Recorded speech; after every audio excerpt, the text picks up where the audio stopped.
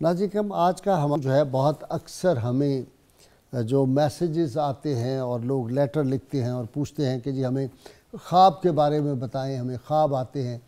آج کا ہمارا موضوع ہے خواب کی حقیقت اور اس کی تعبیر کیا ہے۔ روز ازل سے ہی جب سے انسان نے اس دنیا میں قدم رکھا ہے، پہلے انسان سے لے کر آج تک قیامت تک، یہ خواب تو لوگوں آتے رہتے ہیں، اور رسول اللہ صلی اللہ علیہ وسلم کا فرمان ہے کہ خواب جو ہیں یہ نبوت کا 46واں حصہ ہے۔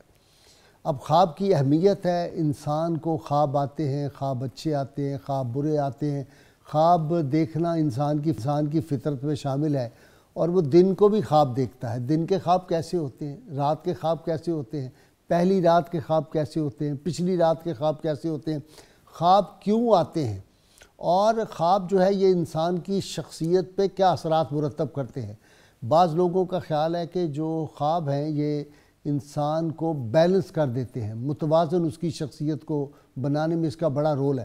بعض کہتے ہیں کہ خواب ایسی چیز ہے جو آتے ہیں اگر تو انسان کو ڈسٹرب بھی کر جاتے ہیں۔ بعض میں نے ایسے بہت بڑے لوگ دیکھے، صاحب قلم، صاحب علم، جنہوں نے کہا کہ ہمیں زندگی بھر کبھی خواب ہی نہیں آیا۔ اب یہ جو خواب آتے ہیں پھر اس کی تعبیریں لوگ پوچھتے ہیں۔ خوابوں کی ایک حقیقت تو اس سے بھی ہے کہ ہم دیکھتے ہیں کہ انبیاء کرام کو، سیدنا ابراہیم علیہ السلام کو خواب آیا، سیدنا یوسف علیہ السلام کو خواب آیا، خود رحمت کونین صلی اللہ علیہ وسلم نے خواب دیکھ کے بیان کیے۔ پھر سیدنا امام عالی مقام امام حسین علیہ السلام کی پیدائش ہوتی ہے تو سیدنا عباس کی جو زوجہ ہیں ان کو بھی خواب آتا ہے۔ اس طرح دیگر صحابہ کرام آ کے نبی صلی اللہ علیہ وسلم کی بارگاہ میں اپنے خواب جو تھے بیان کرتے تھے، آپ صلی اللہ علیہ وسلم اس کی تعبیر بناتے تھے۔ لیکن اہل معرفت کا کہنا ہے کہ خواب جو ہے وہ عام لوگوں سے ڈسکس نہیں کرنا چاہیے۔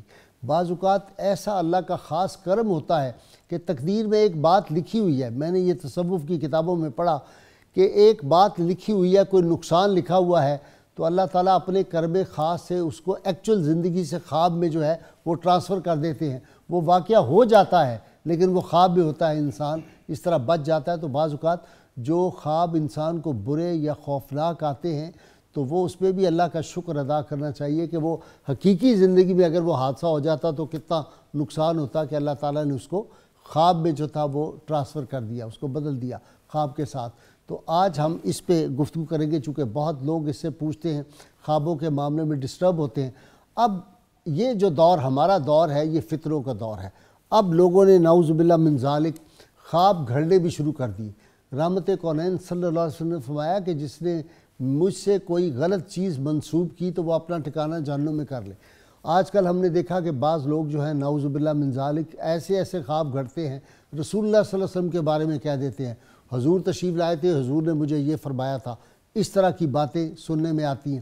اس سے بھی بڑھ کے میں نے دیکھا کہ ایسے بیمار لوگ، ذہنی بیمار ہیں، اور ایسی خواتین کے بھی مجھے ذاتی طور پہ معلوم، لوگوں نے مجھے پوچھا، ایک خاتون سے مجھے ملوایا گیا، انہوں نے کہا جی اس کو روز جاگتے میں رسول اللہ صلی اللہ علیہ وسلم کی زیارت ہوتی ہے، اور وہ بیان کرتی ہے کہ ابھی یہاں تشریف فرما تھے، ابھی یہاں تھے، ابھی آئے تھے۔ تو مجھے لوگوں نے ملوایا تو انہوں نے کہا جی ذرا آپ اس سے بات کریں۔ تو میں نے کہا کہ آپ فوری طور پہ کسی سائیکیٹرسٹ سے رابطہ کریں، آپ جائیں ڈاکٹر کاشف فراز سے ملیں جا کے، یہ بیماری ہے، یہ آپ کی بڑھ جائے گی اور آپ پاگل بھی ہو سکتی ہیں اس طرح کی۔ تو یہ جو باتیں ہیں اس طرح کی گڑنے کی، لوگوں نے کاروبار کے لیے اس طرح کی باتیں بنانی شروع کر دی۔ پھر مجھے یاد آتا ہے کہ مولانا شاہ احمد نورانی رحمۃ اللہ علیہ کے پاس یہ خود حضرت نے ہمیں سنائی۔ ایک صاحب آئے تو ان کے والد صاحب کی، شاہ عبدالعلیم صدیقی رحمۃ اللہ علیہ کی، ایک بڑی زبردست انگوٹھی تھی، اس میں بڑا نگ تھا زبردست قسم کا۔ تو آ کے کہنے لگے رات خواب میں حضرت صاحب تشریف لائے تھے آپ کے والد گرامی، تو انہوں نے کہا تھا کہ شاہ احمد نورانی سے جا کے نا یہ انگوٹھی لے لینا۔ تو شاہ احمد نورانی تو بڑے حاضر جواب تھے، انہوں نے کہا ہاں میرے بھی خواب میں حضرت تشریف لائے تھے۔ انہوں نے کہا یہ بڑا جھوٹا شخص ہے، کل آپ کو یہ کہے گا آ کے کہ مجھے انگوٹھی دے دینا، اس کو بالکل میری انگوٹھی نہ دینا۔ تو یہ اس طرح کی باتیں جو ہیں آج ہم اس پہ ڈسکس کریں گے۔